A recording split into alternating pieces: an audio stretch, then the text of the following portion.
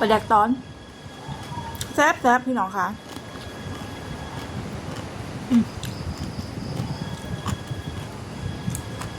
เขาว่าปลาแดกปลาซิวก็งึดยุบปลาซิวอย่างคือโตใหญ่แท้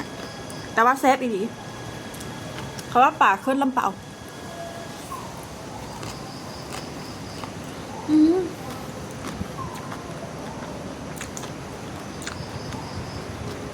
จะได้สั่งเพิ่นมาอีกอยู่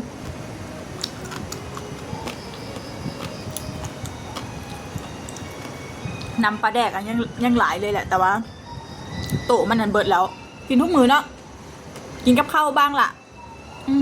ตำแจ้บ้างล่ะ